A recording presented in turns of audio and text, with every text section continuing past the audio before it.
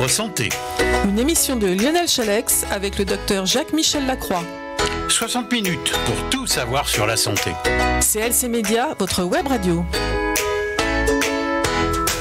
Docteur Jacques-Michel Lacroix, bonjour. Bonjour Lionel et bonjour à tous. Nouvelle émission de Libre Santé. Vous savez que nous sommes là en direct tous les 15 jours de 17h à 18h. Cette émission est rediffusée le jeudi à 14h. Je ne me suis pas trompé. Et le samedi? Non. Que le jeudi. Ah, pour remédier à la chose. Mais vous pouvez aussi nous retrouver sur YouTube, bien évidemment, notre chaîne télé qui grossit. Hein. Je rappelle que nous avons frisé les 6000 vues pour les manifestations agricoles. Nous avons fait un record avec ça. Je remercie tous ceux qui ont été voir ce reportage. Voilà, en tout cas, merci à vous qui grossissez chaque semaine les rangs de CLC Média. Merci à ceux qui nous écoutent aux 4 coins de la France et puis aussi à ceux qui sont à l'étranger, bien évidemment. Alors aujourd'hui, nous avons plusieurs sujets que nous allons aborder. Nous allons parler en premier du sommeil. Voilà. Alors en ce moment, c'est la Lune. Et il y en a beaucoup qui disent « Ah, c'est la Lune, je dors mal ». Oui, pourquoi pas, oui, non, mais s'ils le remarquent, s'ils savent que... j'ai pas d'explication à donner, mais pourquoi pas. Non, oui, parce que la Lune a un effet quand même important sur la Terre. Ah oui, ne serait-ce que les marées. Voilà. Et je pense que... Moi j'y crois, hein, pour le sommeil. Que quand c'est pleine Lune... Le sommeil est un peu gêné. Peut-être, mais ça doit dépendre des gens. Hein. Il y en a, c'est peut-être la pleine lune, d'autres, c'est peut-être le premier quartier, en fait, etc. Oui. Mais pourquoi pas? Pourquoi pas? Alors, ce qu'on va essayer de faire, là, c'est de voir, de donner quelques conseils, au besoin de sortir quelques idées reçues. Bon. Alors, d'abord... il faut parler des excitants. Quand je parle des excitants, c'est le thé et le café principalement. Et il faut se souvenir que même s'ils n'empêchent pas de s'endormir, ça dépend. Là encore, ça dépend des gens. Ils continuent à être actifs même après l'endormissement. Et ils peuvent donc altérer la qualité du sommeil et provoquer des réveils nocturnes. Alors vous parlez du thé et du café, oui. Mais il y a un café qui s'appelle le café décaféiné. Ah oui, alors là c'est autre chose, oui. Hein? Alors là il n'a pas de caféine, donc... Ça ne gêne pas. Donc là ça ne gêne pas. Normalement. Oui, normalement. Alors après, à quantité égale, ça dépend beaucoup de la sensibilité de chacun. Il y a des gens... chez qui ça agit peu, d'autres qui sont très énervés, qui ont des palpitations, dès qu'ils prennent un café ou un thé. Je sais qu'après 16 heures, un café après 16 heures, nuit terminée. Oui, alors voilà, c'est exactement ça. C'est exactement ça. Il faut arrêter l'excitant, le thé, le café, assez tôt dans la journée, si on veut pas qu'il ait une action pendant la nuit. Parce que... à peu près 4 heures après avoir absorbé de la caféine, c'est-à-dire bu un café, il y en a encore la moitié dans l'organisme. Et 8 heures après, il en reste encore le quart. Donc, si on arrête effectivement là vers 15-16 heures, c'est bon. Quand on va se coucher, normalement, il n'y en a plus. Il y en a qui disent aussi, si je le prends le soir, à 11 heures ou minuit, ça ne me fait rien. C'est possible. C'est possible. Mais là encore, il y a des sensibilités personnelles très variables. Mais bon, chacun... Mais enfin, il faut savoir que, quelle que soit la sensibilité, c'est assez long à s'éliminer et qu'il faut plus de 12 heures pour éliminer toute la caféine qu'on prend. Hein. Caféine ou l'équivalent dans le thé. Et chez certaines personnes très sensibles, une seule tasse de café pris après le repas de midi peut perturber le sommeil du soir. Hein. Alors, chacun a son expérience personnelle, mais en règle générale, ce qu'on peut dire, c'est qu'il vaut mieux éviter le café, enfin le café normal, hein, et le chocolat noir aussi, oui. Parce que le chocolat noir contient de la c'est une base xanthique, ça peut être de la bromine, enfin peu importe, ou de l'équivalent de la caféine. Ça peut perturber le sommeil. Alors, si on a tendance en plus à se relever la nuit pour aller aux toilettes, il vaut mieux éviter les tisanes aussi après 17 heures, parce qu'elles ont toutes un effet assez diurétique. Et donc, si on a envie de pisser en pleine nuit, ça vous réveille. Enfin, il faut espérer. J'allais le dire. Bon, on peut dormir avec une couche. Oui, alors oui, bien sûr, bien sûr. Alors, un autre conseil aussi, c'est le repas du soir. Alors, il y a beaucoup de gens qui disent, moi, le soir, je mange rien, juste un bouillon et au lit. Bon, chacun fait comme il veut, mais se contenter d'une salade ou d'un yaourt au dîner, chez certains, ça va très bien, mais chez d'autres, ça va pas, parce qu'ils vont être réveillés en pleine nuit, parce qu'ils auront faim. C'est pour ça que je me lève toutes les nuits pour un steak frites. Voilà. Alors, il vaut mieux manger relativement léger, bien sûr, mais ce qu'il faut surtout peut-être éviter le soir, c'est pas trop de viande, surtout la viande rouge, et pas trop de fromage fermenté, parce que ça peut gêner le sommeil. Mais donc plutôt des féculents qui libèrent l'énergie pendant plus longtemps, quoi. Les pâtes, des pommes de terre, enfin, etc., quoi. Et puis après, chacun voit ce qui lui convient le mieux, quoi. Il y a des gens qui préfèrent manger léger à midi, bien manger le soir. Oui. Et puis d'autres, c'est l'inverse. Alors après, il faut voir si l'influence ça peut avoir sur leur sommeil. Il n'y a pas de... Quand même que chacun règle voilà, il faut en que chacun fonction règle. De son désir. Hein. Ben oui. Alors à part... oui, c'est ça. Après, il faut savoir aussi que la lumière peut avoir gêner le sommeil. Alors quand je dis la lumière, ça va être par exemple un voyant. Oui, un voyant ou un réveil trop lumineux qui peut créer une source de lumière dans la chambre. Mais quand on a fermé les yeux, on voit plus rien. Et c'est ce que je m'argumente souvent par rapport à ça. Et on a fermé les yeux, on voit plus rien. Oui, on voit plus, mais il y a une lueur quand même qui passe à travers les paupières. Alors si là encore, ça dépend des gens, hein, mais bon. Mais ça peut gêner certaines personnes. Et d'autre part, ce qu'il y a de sûr, là, c'est autre chose. Il vaut mieux ne pas utiliser sa tablette ou son smartphone 1 heure ou 2 avant le coucher, parce que ils émettent une lumière bleue. Je vais m'absenter un petit peu alors. Une lumière bleue qui perturbe l'endormissement. Maintenant, c'est toujours pareil. Ça dépend de la sensibilité des gens. Voilà. Moi, je regarde mon téléphone tous les soirs pendant 1 heure avant de m'endormir. Je l'éteins. 5 minutes après, je dors. Voilà. Alors bon, mais c'est bien. Et comme à la publicité à la télévision, je dors. Bon, alors ça va. Alors, ce qu'il y a par contre, si on dort pas bien, si on habite en ville surtout, il faut s'assurer qu'il n'y a pas un lampadaire dans la rue qui va illuminer la chambre. D'autre part, villes, oui. Il y a des bruits qui peuvent vous gêner, donc il ne faut pas hésiter à mettre... Le clocher de l'église. Oui, c'est certain, oui, ça peut, bien sûr. Donc ça peut être ça. Ou alors la bonne comptoise dans la salle à manger. Voilà. Mais il y en a qui ne dorment qu'avec ce bruit-là. Et oui, mais alors, exactement.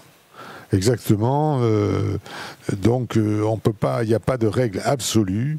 On peut donner que des conseils que chacun adapte après sur son cas personnel. J'ai vu dans vos fiches. Vous conseillez un bain relaxant à l'huile essentielle de lavande. Oui, alors, bon, ça peut aider, bien sûr. Pour aider, hein. Oui, ça peut aider à décontracter. On peut aussi vaporiser dans la chambre quelques huiles essentielles. Alors les huiles essentielles, attention, hein, c'est pas anodin. Hein, c'est pour ça qu'il ne faut pas forcément donner aux gamins. Enfin bon, c'est assez efficace. Parce que c'est quelque chose qu'on ne prenait pas au sérieux. Non, et j'ai l'impression que de plus en plus, bon, alors c'est vrai que maintenant on en trouve un peu plus, quoi. Hein, il y a des gens qui vendent ça. Moi j'y crois. Mais ce sont des produits très concentrés, donc efficaces. Et on peut l'utiliser en diffusion, en vaporisation dans la chambre, hein, en synergie avec d'autres huiles comme la camomille, par exemple. Bon. Puis ça, le pharmacien en a. Ça s'appelle des sprays pour pouvoir mieux s'endormir, détente et sommeil, enfin, etc. Alors, il faut savoir aussi qu'en février, c'est le mois en général où on dort le plus mal. Ah bon ? C'est sans doute lié à un phénomène astronomique. C'est aussi le mois où, à une époque, je n'ai pas vérifié sur les dernières statistiques des dernières années, mais à une époque où il y avait le plus d'accidents cardiaques. Dans le mois de février. Voilà. Et donc, je comprends mieux maintenant. Donc un bain relaxant avant le sommeil avec des huiles de l'huile essentielle de lavande, comme vous disiez, ça peut faire du bien. Ça peut faire du bien. Alors autre chose qui est important aussi pour bien s'endormir, c'est la température. Ah, ça m'intéresse. Voilà. Il ne faut pas d'abord que la chambre soit trop chauffée. Si elle est trop chauffée, vous dormirez sans doute moins bien que si elle avait 2 ou 3 degrés de moins. Alors, il ne faut pas descendre en dessous de 18 degrés, évidemment. Bon, ça va le rassurer. Mais la chaleur fragmente le sommeil, favorise les réveils, et on respire moins bien.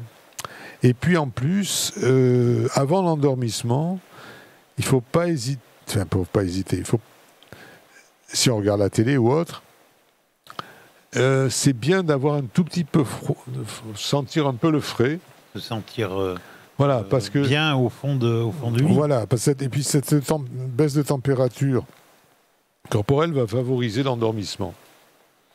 Donc, il vaut mieux ne pas avoir trop chaud pour aller dormir. Et moi, j'aime pas trop les draps qui sont bien froids, vous voyez, quand vous rentrez... Oui. Oui, non, il faut pas avoir froid non plus. Bon, et puis enfin, on va faire un petit rappel physiologique sur... il ne faut pas hésiter à se relever la nuit si on dort pas. Hein, parce que on dort en général par cycle d'environ, ça dépend des gens aussi, d'environ 1h30. C'est-à-dire qu'on a un cycle de sommeil d'1h30. Au bout d'une heure et demie, on se réveille ou on ne se réveille pas. Et on se rendort ou on ne se rendort pas. Ça dépend des gens. Mais en général, ce petit réveil entre 2 cycles de sommeil, ça dure 30 secondes, on ne s'en rend même pas compte. Et on se re-rendort. Donc on n'a pas conscience. On le sait tout ça, parce que si on soumet les gens qui dorment à des électroencéphalogrammes, on voit quand est-ce qu'ils dorment et quand est-ce qu'ils ne dorment pas. Mais si on reste éveillé un peu trop longtemps après un cycle de sommeil, pour se rendormir, il va falloir attendre l'arrivée d'un nouveau cycle, 1h30 après. Donc à ce moment-là, il vaut mieux se relever. On se relève, on va... Du côté du bar, on boit quelques boissons rafraîchissantes. Pourquoi pas. Et ça permet au moins ça évite au cerveau de ruminer ce qu'on peut faire lors d'insomnie. Il y en a qui allument la télé et qui se remettent à regarder la télé pendant une demi-heure et puis hop. Oui, bien sûr. Comme les émissions sont souvent assez somnifères. Voilà. Et puis, il vaut mieux éviter de regarder l'heure chaque fois, parce que sinon, on va se... Bon, ça, c'est... Si on doit se lever, il faut bien savoir l'heure à laquelle... Voilà, donc... tout ça, on voit que c'est quand même assez personnel. Et vous ne parlez pas des cachets pour dormir? Alors... Si, on peut en parler. Oui, 30 secondes. Alors, il y a 2 grandes sortes de médicaments il y a même... Oui, il y a les deux grandes sortes. Il y a ceux qui calment un peu l'anxiété et qui permettent donc d'avoir un sommeil plus détendu, mais qui favorisent un peu l'endormissement, mais ce n'est pas des somnifères à proprement parler. Alors parmi ceux-là, il y a des remèdes classiques qu'on peut citer, le Valium, le Tranxène, le Temestal, le Seresta, toutes ces benzodiazépines. Ça, ce ne sont pas des cachets pour dormir. Ça dépend de la dose, mais à la dose, si vous prenez le tube, oui, vous allez dormir. Mais à dose normale, non. Et le problème, on n'ira pas au comptoir, tant pis. Voilà. On va pas se lever pour Mais ça peut permettre d'avoir un sommeil plus régulier. Et puis, il y a aussi des remèdes qui ont la même action, mais qui sont d'origine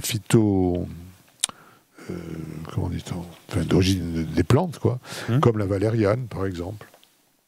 La valériane permet de mieux dormir. Et alors, est-ce que c'est un cachet pour dormir?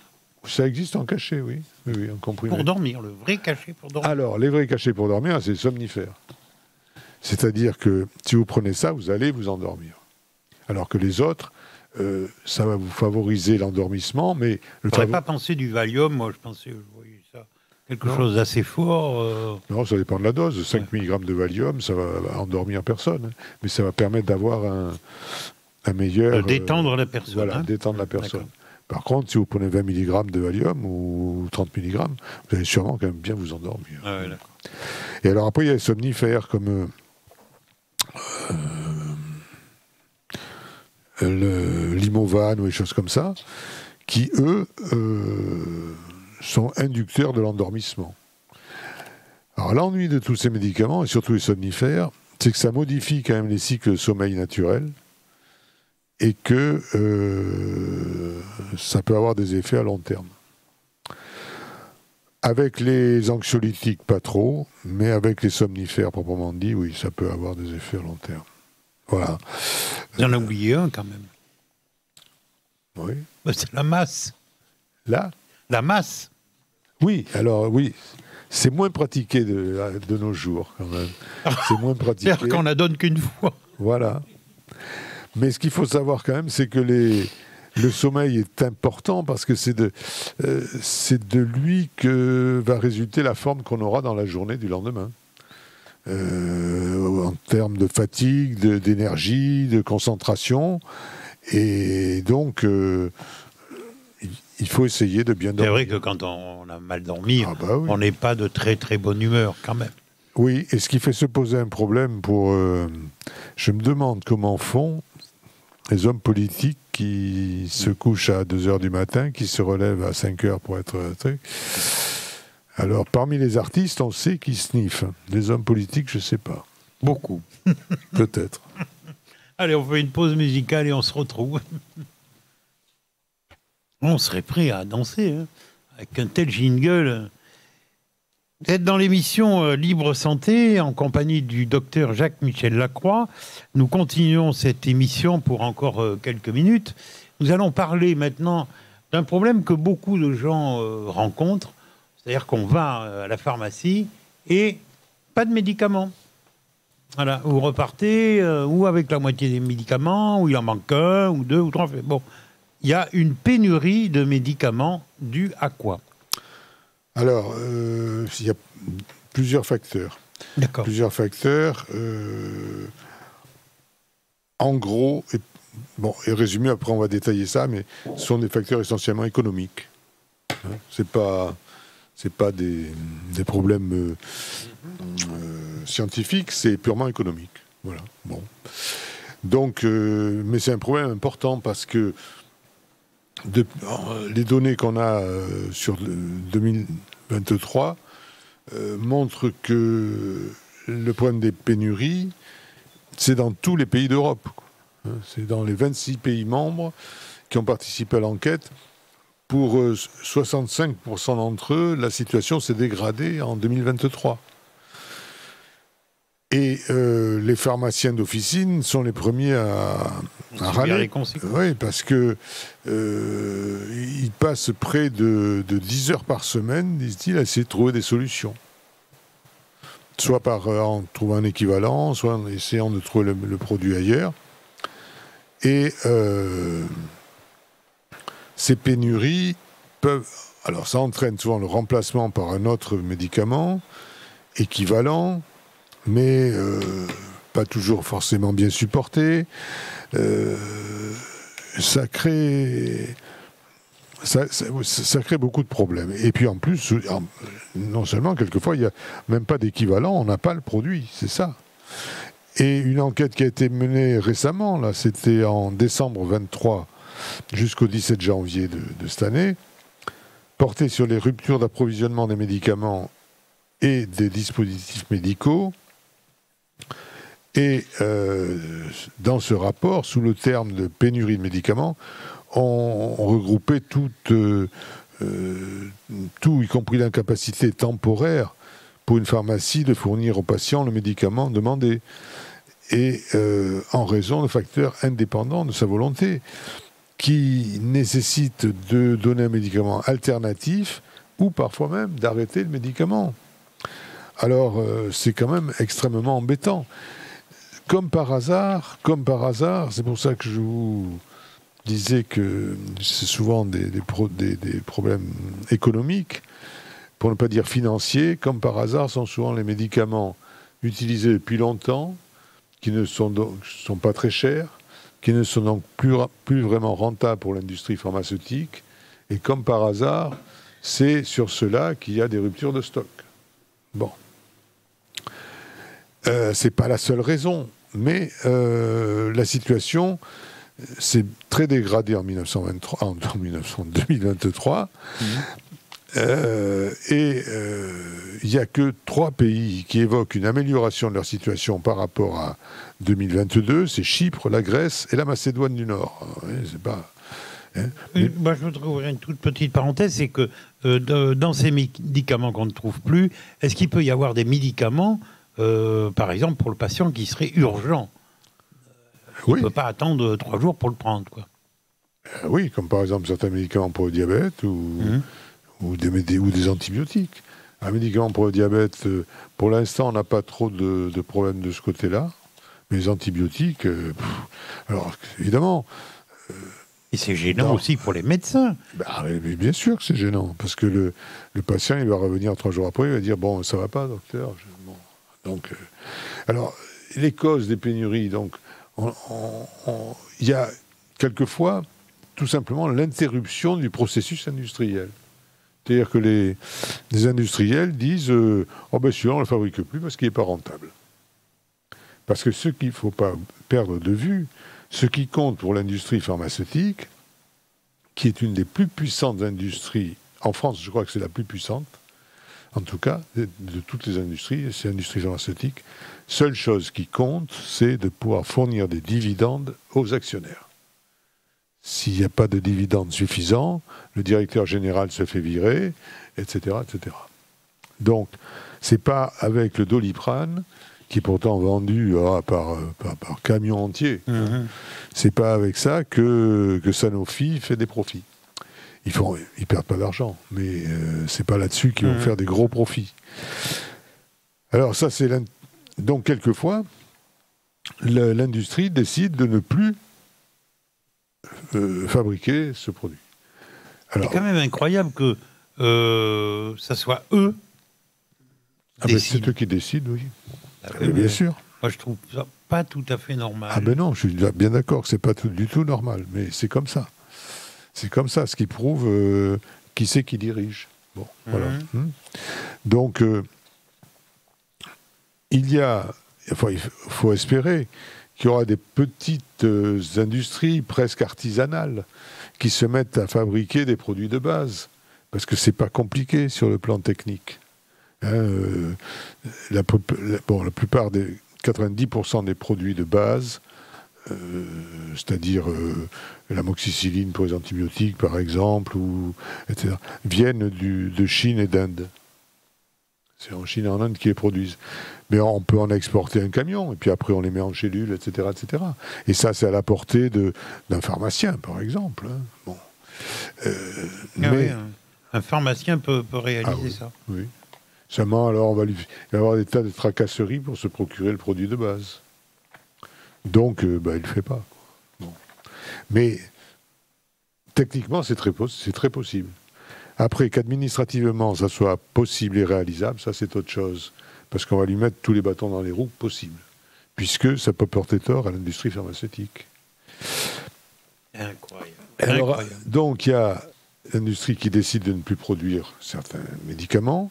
Et puis après, il y a les stratégies nationales qui fixent le prix du médicament.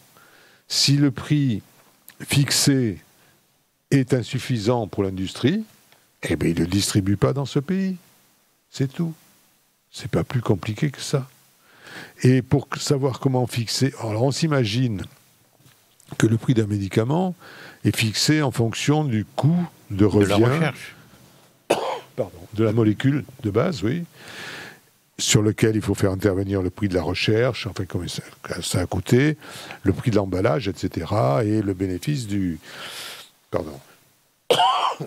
pharmacien. Il va vous falloir un petit médicament. Voilà, oui. Mais alors, si ça n'était que ça, eh bien, on dirait le kilo d'aspirine, ça vaut tant. Bon. Mais c'est pas du tout comme ça que ça se passe. Pour fixer le prix d'un médicament, il y a le ministère de l'Industrie, le ministère de la Santé, la Sécurité sociale et l'industrie pharmaceutique. Oui, ça fait du bien. Ils se réunissent et si on propose à l'industrie un prix trop bas, alors soit ils disent on ne le produit plus, soit ils disent on va fermer notre usine de temps, ça va vous faire 500 personnes au chômage et démerdez-vous. Alors on accepte en général le prix que demande l'industrie pharmaceutique, qui peut être quelquefois, pour certains médicaments, totalement aberrant. Totalement aberrant et 1000 fois supérieur à ce qu'il est dans certains autres pays. Je dis bien 1000 fois. Mais on s'en fout, c'est la Sécu qui paye. Enfin, je résume. Hein. Oui. Voilà. J'espère que vous ouvrez bien vos oreilles en écoutant CLC Média. Et là, aujourd'hui, c'est important. Ça, on peut je veux dire, c'est pas du complotisme. On peut le trouver, il suffit de chercher un peu et on le trouve. Bon, et alors quelquefois, c'est la hausse inattendue d'un produit qui fait que les stocks... le temps de refournir les stocks, ça peut arriver, bien sûr. Alors, toutes les classes pharmacologiques sont touchées par ces pénuries. Les plus touchés, ce sont les anti-infectieux, c'est-à-dire les antibiotiques, par exemple. Vous avez dit tout à l'heure, voilà. Oui. Les médicaments qui ciblent le système nerveux et le système cardiovasculaire. C'est les plus touchés. Alors, selon l'enquête à laquelle je fais référence pour cette émission, le temps passé à limiter les ruptures de stock, à rechercher des solutions de remplacement en cas d'indisponibilité des médicaments prescrits, est de l'ordre de 9h30 par semaine pour un pharmacien. C'est pas mal. Énorme, quand même, hein. Oui, voilà. Alors, comment il se débrouille, le pharmacien ? En général, il arrive à faire une substitution avec un autre générique. Quelquefois, il fait des préparations magistrales, c'est-à-dire mais il n'y en a pas beaucoup qui font ça. Hein. Il faut aller ouvrir une boîte de médicaments, prendre un peu de trucs, en rajouter un autre truc. Bon, enfin. Ou alors le recours à des dosages différents, dont on va, par exemple, moi, il m'est arrivé chez des gosses, début d'hiver, là, il y avait plus de, je crois l'amoxicilline qui manquait, hein, au dosage de 250 mg. Je donnais des comprimés adultes, et puis je disais aux parents, le comprimé, je vous le mets en effervescent, quand c'est fondu, vous en donnez que, c'était comprimé de 1 gramme, vous en donnez que le quart au gamin, pour avoir 250 mg. Mais enfin bon, c'est pas très pratique. Oui. Et puis, voilà comment on se débrouille, quoi. Enfin, c'est pas logique dans un pays comme la France, qui était... passons. Alors, dans d'autres pays, c'est guère mieux, dans les pays européens, mais il y a des pays européens où c'est quand même mieux que chez nous. Les interruptions de traitement, quand même, dans 88% des cas, les gens sont obligés d'arrêter un traitement. Lorsque, quelquefois, c'est aussi la nécessité d'employer un médicament qui est moins bien remboursé ou qui est plus cher, ou un médicament qui est un peu moins actif. Et puis, oui, bien sûr, ça peut être l'origine aussi d'erreurs liées à la prise du nouveau traitement chez le malade. Bon, enfin voilà.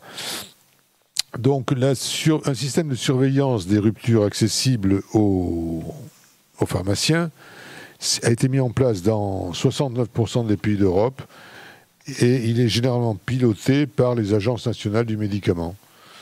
Mais bon, ça va pas permettre de prendre des mesures. Alors, qu'est-ce qu'ils veulent faire pour ça, pour essayer d'éviter? Ils veulent garantir la disponibilité. L'intérêt des patients doit prévaloir sur l'aspect commercial, comme si ce n'était pas évident. Hein, il n'y a pas besoin de le rappeler, normalement. L'élargir les compétences professionnelles des pharmaciens en cas de pénurie, c'est-à-dire les autoriser à des substitutions, en accord avec le prescripteur, évidemment. Et puis, recueillir des données, voir pourquoi, et puis améliorer la communication sur les disponibilités des médicaments, compenser l'impact financier, etc. Enfin, tout ça, sont des mesures qui... Mais la solution, mais qui est irréalisable, ça serait que l'intérêt du malade passe avant les intérêts financiers, qu'on rapatrie en France aussi qu'une partie de notre production pharmaceutique, on a tout exporté en Chine et en Inde pour la 90% de la production. Donc, c'est pareil, ceux qui produisent des produits de base, si vous le proposez d'acheter à 1 euro le kilo, alors qu'il y en a d'autres qui le proposent de l'acheter à 10 euros, oui. Vous en aurez s'il en reste, oui. Voilà, et puis... Oui. Non, on a peut-être une petite nouvelle. Alors, une petite brève pour terminer. Comme vous savez les trouver. Voilà, c'est un généraliste qui a été suspendu pour 15 jours d'exercer son métier. Et vous savez pourquoi? On va l'apprendre. On va l'apprendre, voilà. Parce qu'il avait consulté à 2 reprises le pass vaccinal du président de la République. Crime de lèse-majesté. Incroyable. Oui. Donc, il a été obligé de fermer son cabinet pendant 15 jours. Et encore, le conseil ça, c'était le conseil régional de l'ordre qui l'a obligé à fermer 15 jours. Et le conseil national a estimé que ce n'était pas assez. Il a fait appel. Alors, je ne sais pas ce que ça va donner dans l'appel. Mais, vous vous rendez compte, il aura... C'est ahurissant, c'est moyenâgeux, oui. C'est le crime de lèse-majesté. Voilà, il aurait consulté le pass médical de Lionel Chalex, il n'aurait pas été condamné. Hein? Et je l'encourage à le faire. Voilà. Bon. Parce que j'en ai pas eu. Non, mais enfin, c'est ahurissant. Il y a des brèves comme ça, je pense que on pourrait en sortir des dizaines et des dizaines, voire des centaines. C'est tout ce qu'il y a de plus officiel. C'est paru dans le journal Agora du 29 janvier 2024. Je peux donner mes sources. Bon, eh bien, merci pour tout ça, docteur Jacques-Michel Lacroix. On se retrouve maintenant dans 15 jours, comme d'habitude, bien évidemment. Voilà. Bon pied, bon œil. Et... Dormez bien, soignez-vous bien. Voilà. À bientôt. À bientôt.